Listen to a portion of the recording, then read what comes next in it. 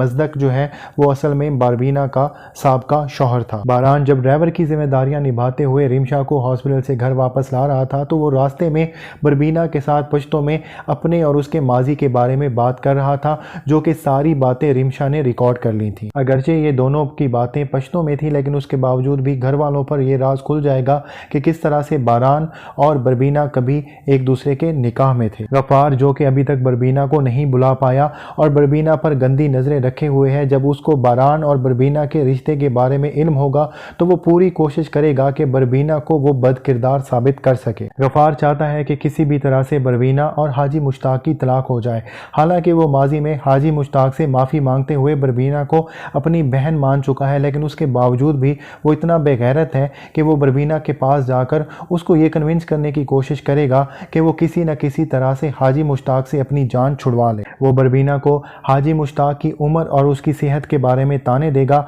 और बार बार उसको ये बावर करवाने की कोशिश करेगा कि बरबीना अभी जवान है और उसकी बहुत ज़्यादा ज़रूरियात हैं, और अपनी इन्हीं हरकतों की वजह से गफ्फार पिट कर बैठ जाएगा। लेकिन उसके बावजूद भी उसमें इतनी शर्म बाकी नहीं होगी कि वो घर छोड़कर जाए। वो पिटने के बावजूद भी उसी घर में बैठा रहेगा, अपनी बीवी से बातें सुनता रहेगा, लेकिन उसी घर में ही मौजूद रहेगा। बारान और बरबीना के रिश्ते की हकीकत खुलने के बाद सब लोग बरबीना के किरदार पर बातें करना शुरू हो जाएंगे। इस तरह के सवाल उठाए जाएंगे कि आखिरकार बारान काबुल से लाहौर बरबीना का पीछा करते करते कैसे पहुंच गया, और अगर वो यहाँ पर पहुंच गया और बरबीना जानती थी कि वो बारान और उसका साबका शौहर है तो उसने किसी को बताया क्यों नहीं। इन सारे सवालों के जवाब हासिल करने के लिए जब सब लोगों की नज़रें बरबीना की तरफ जाएंगी और बरबीना के किरदार पर उंगलियां उठेंगी तो वहीं पर हाजी मुश्ताक एक मरतबा फिर से बरबीना के किरदार की पाकीज़गी की गवाही देने के लिए उसके सामने खड़े हो जाएंगे। वो सबको ये कहेंगे कि बरबीना कभी भी उससे बेवफाई नहीं कर सकती, या वो उसके साथ रहेगी या वो उसको छोड़ देगी।